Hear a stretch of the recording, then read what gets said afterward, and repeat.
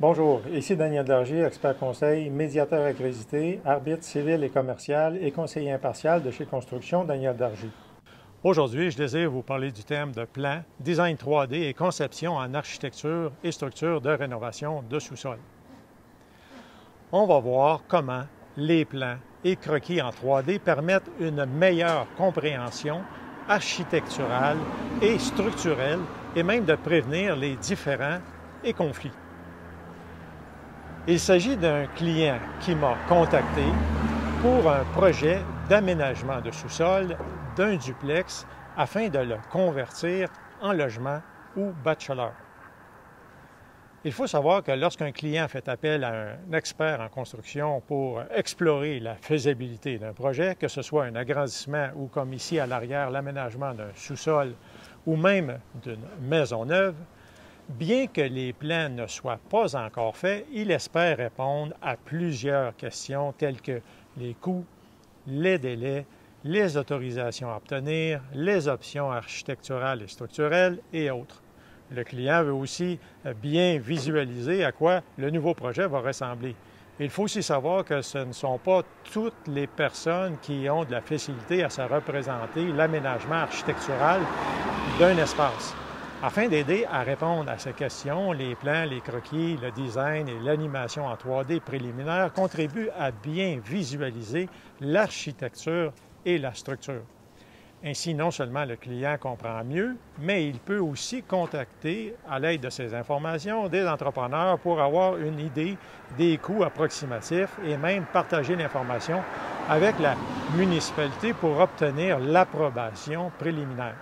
Ces croquis et animations préliminaires en 3D permettront donc d'obtenir certaines réponses en termes de budget, d'autorisation et bien sûr de mieux visualiser l'aspect final.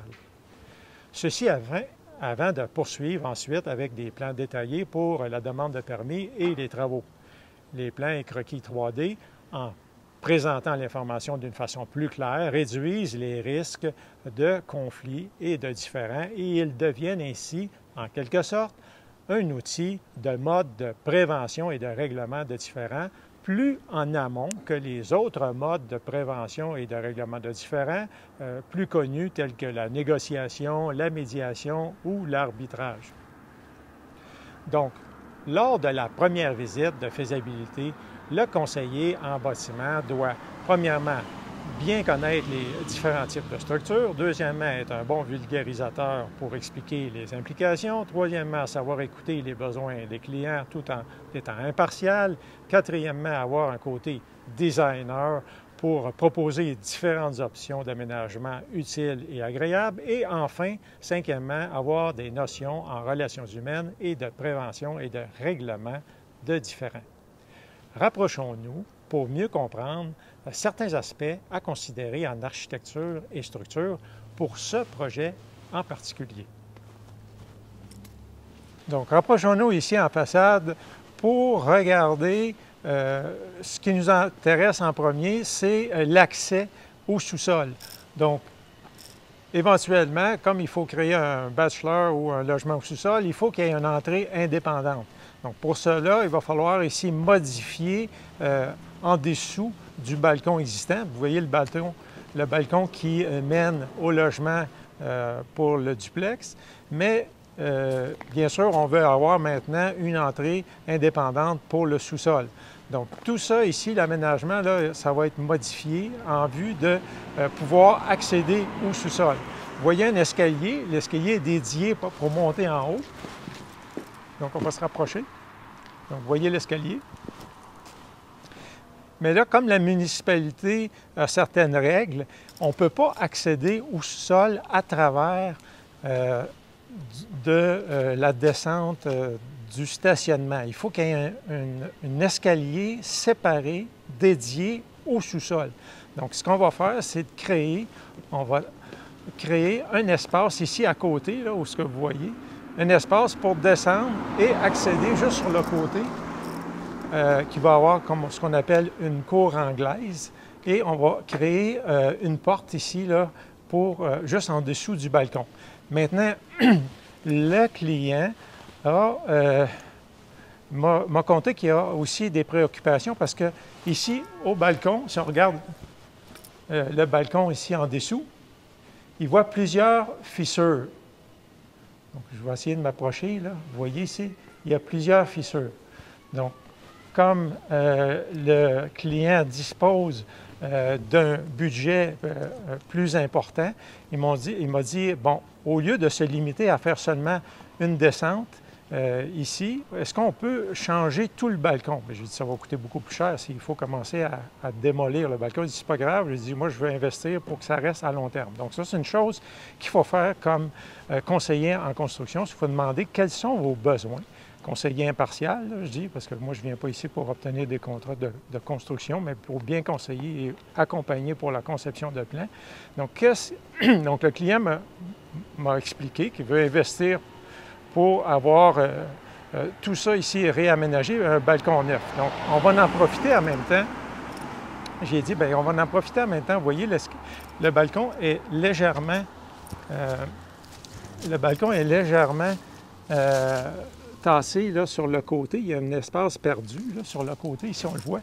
Donc ce qu'on va faire, c'est qu'on va redessiner le balcon pour prévoir la démolition, tasser l'escalier totalement ici à gauche et aussi avoir plus de place pour accéder au sous-sol. Et en même temps, on va reconfigurer tout l'espace ici qui mène au sous-sol, le futur accès, pour créer sous l'escalier un espace de rangement pour mettre toutes sortes de choses là, on n'a jamais assez. Quand on a un logement, on veut avoir plus d'espace, donc on va créer ici. Puis ici, tout ce qui est le mur de soutènement, on voit le mur ici de soutènement, bien, le mur de soutènement va être transformé en mur de béton, de fondation qui va retenir tout le sol et en même temps créer l'espace de rangement. On va regarder d'autres choses aussi que je veux mentionner. Vous voyez le balcon? Le balcon ici est, on peut dire, accroché après la maison. Hein? Il n'y a pas de poutre, il n'y a pas de colonne. Il va s'accrocher après le mur de la maison. Mais lorsqu'on va le démolir, ma préoccupation, c'est qu'on ne veut pas non plus altérer toute la maçonnerie puis avoir à reconfigurer ou refaire toute la maçonnerie. Donc, j'ai dit que ce qu'on va faire, c'est qu'on va couper flush au mur, là, au ras du mur, le balcon, puis on va refaire une structure en acier qui va supporter le balcon, qui va être quand même assez délicate là, pour pas que ça soit trop massif. Mais ainsi, le nouveau balcon va être supporté par une structure indépendante qui ne dépend pas de la maison. Donc ça va permettre aussi de ne pas avoir à trop affecter le travail de maçonnerie et tout ce qui est alentour. On va aller au sous-sol pour voir d'autres préoccupations par rapport à l'aménagement du sous-sol. Je me trouve maintenant dans le garage et comme vous voyez ici à l'arrière, il y a une porte qui mène à l'arrière. Cette porte-là va servir de sortie d'évacuation car ça en prend une pour un logement. Il faut bien sûr une porte en façade pour accéder au logement, mais aussi une sortie d'évacuation en cas d'incendie ou autre problème. Donc, sortie à l'arrière. Par contre, vous voyez cette sortie-là, la porte est surélevée au niveau du sol et il y a un escalier à l'intérieur. Donc, on va reconfigurer tout ça afin d'abaisser la porte au niveau de la dalle du plancher du garage. On va créer un escalier à l'extérieur. On va prendre cet escalier-là et on va la déplacer à l'extérieur afin de maximiser l'espace parce qu'on veut le plus d'espace à l'intérieur du logement. Ici, au centre de l'immeuble, au sous-sol, dans le futur logement, il y a un mur porteur, un mur de bloc. Ce mur de bloc-là, on va le garder presque dans son intégrité. On ne va pas avoir à le toucher. On va seulement avoir à déplacer légèrement la porte. Par contre, la nouvelle porte le nouvel accès entre les deux sections de l'immeuble.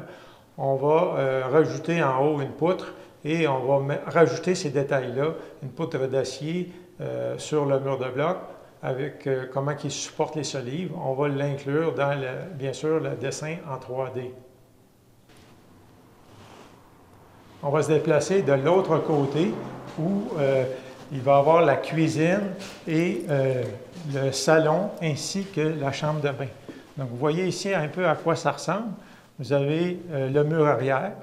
Il y a actuellement 3 réservoirs à eau chaude. Il va y en avoir un 4e à cause du logement qu'on va créer. Et vous voyez ici à quoi ça ressemble, en gros. C'est quand même bien nettoyé, on voit bien. Vous voyez les solives au plafond, la direction vers le mur extérieur. Et l'escalier ici qui monte actuellement au rez-de-chaussée qu'on va complètement démolir. Et il va y avoir une porte ici éventuellement, là, juste en face de l'escalier. Je vais me rapprocher. Il va y avoir la fameuse porte où, par la nouvelle entrée, sous le balcon de façade, la nouvelle porte qui va être ici dans le coin pour accéder au logement. Et ici, ça va être à l'arrière, on va mettre la cuisine et une petite salle de bain. Au centre, probablement un îlot de cuisine et créer tout cet espace-là ici que vous voyez, là, je vais m'éloigner. Tout cet espace-là, le but, c'est de le rendre tout à air ouverte. Donc, en vérité, il va y avoir seulement une chambre ici. Il faut savoir que le garage, je ne l'ai pas mentionné, ils veulent conserver le garage.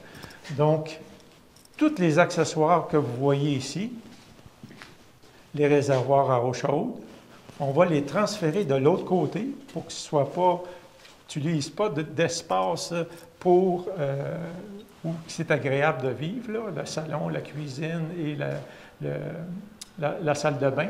Donc, on va déplacer dans le garage les réservoirs à eau chaude. Donc, on va séparer le garage en 2 sections. On va avoir une section qui va servir encore pour une voiture. On va créer un mur entre les deux et un mur qui va être à peu près juste vis-à-vis la porte, plus ou moins, là, parce qu'on va déplacer légèrement la porte. Et entre les 2 sections, ici, on va mettre les réservoirs à eau chaude, puis à l'arrière, une chambre. Donc ça va nous permettre d'avoir une très grande chambre. On va avoir une chambre, mais quand même une très grande chambre, un bachelor. Et de l'autre côté, d'avoir une grande salle toute ouverte. On va garder le panneau électrique là, on ne va pas le changer. On va simplement créer un espace là, de rangement ou une porte là, pour cacher ça, pour pas que ça soit trop visible. Et ici, les réservoirs, comme j'ai expliqué, vont se déménager de l'autre côté et il va y avoir l'accès par la porte ici, l'accès qui va arriver à la chambre. Donc, si on se déplace ici, l'escalier, on voit la structure de l'escalier ici en haut, les solives qui arrivent ici dans le trou de l'escalier. Donc, tout ça, ça va être reconfiguré. On va boucher le trou. Ils vont créer un espace de laveuse-sécheuse dans ce nouveau plancher-là qui va être fermé. Et tout l'espace de l'escalier que vous voyez ici va être récupéré pour en faire un espace, là, ça va être là, ici au salon, ici au sous-sol. Autre chose, on va rajouter ici, juste à côté, sur le côté en avant, une autre fenêtre pour créer plus de luminosité. Ça, c'est une chose aussi qu'il faut vérifier.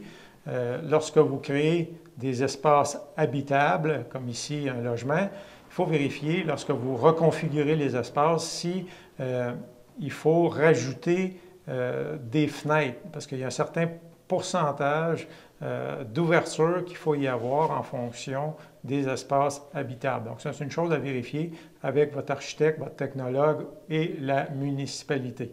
Donc, pour créer cette autre fenêtre, ici dans le mur du côté, il va falloir faire un trou dans la fondation, expliquer comment installer la nouvelle poutre qui va servir de linteau pour la fenêtre et aussi, bien, comme c'est un mur de maçonnerie, bien, je la supporter avec un fer-angle, mais tout ça, ça va être mieux expliqués, plus compréhensifs par des dessins en 3 dimensions. On va se diriger maintenant à l'extérieur afin de voir à quoi va ressembler la future cour anglaise, l'accès, ou plutôt la sortie d'évacuation à l'arrière, où il y a ici la porte là, à l'arrière du garage.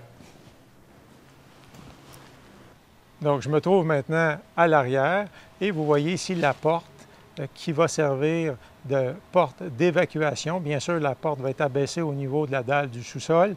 Il va y avoir en avant de la porte le futur escalier à travers d'une petite descente de sous-sol ou mini cour anglaise qui arrive juste bien, n'occupe pas trop d'espace, juste à côté du mur mitoyen. Je vais m'éloigner pour mieux voir. Puis, juste à côté aussi du balcon, balcon qui ne sera pas touché. Comme ça, bien, on minimise les coûts. Puis, on récupère beaucoup d'espace de l'intérieur pour l'envoyer à l'extérieur et pouvoir avoir plus d'espace à l'intérieur. Donc, on élimine l'escalier à l'intérieur pour l'envoyer à l'extérieur. Ici, à côté, il y a une grande fenêtre. La fenêtre va être remplacée par 2 petites fenêtres, une pour la future salle de bain et pour la cuisine. Et aussi une autre proposition possible de créer la cour anglaise, non pas à travers ici sur le côté, mais la créer entre les 2 fenêtres ou au milieu de la future cuisine.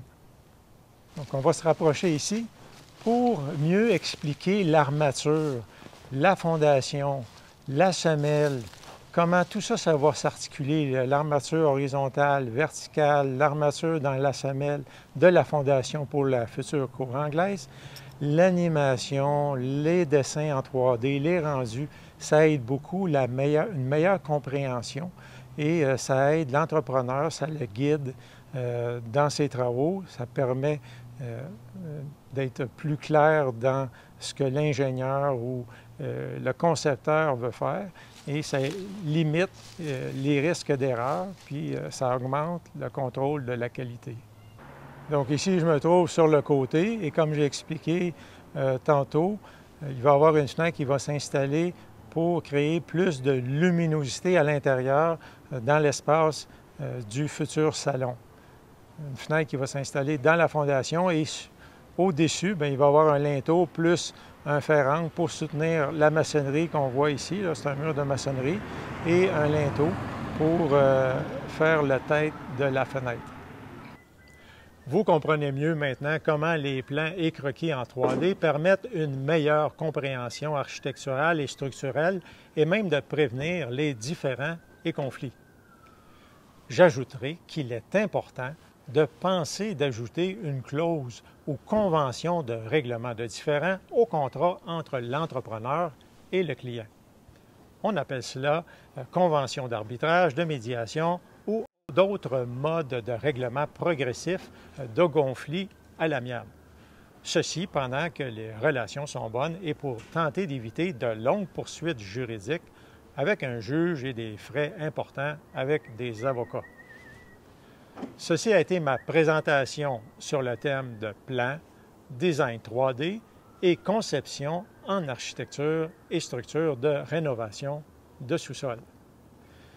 N'hésitez pas à me contacter pour une consultation impartiale de faisabilité avant des travaux de construction ou de rénovation ou pour des conseils avant l'achat, la vente ou la réparation d'un immeuble et afin de prévenir et régler des différends et conflits en construction et rénovation. Comme expert conseil impartial, conciliateur, négociateur, médiateur, amiable compositeur ou arbitre. Merci et à la prochaine.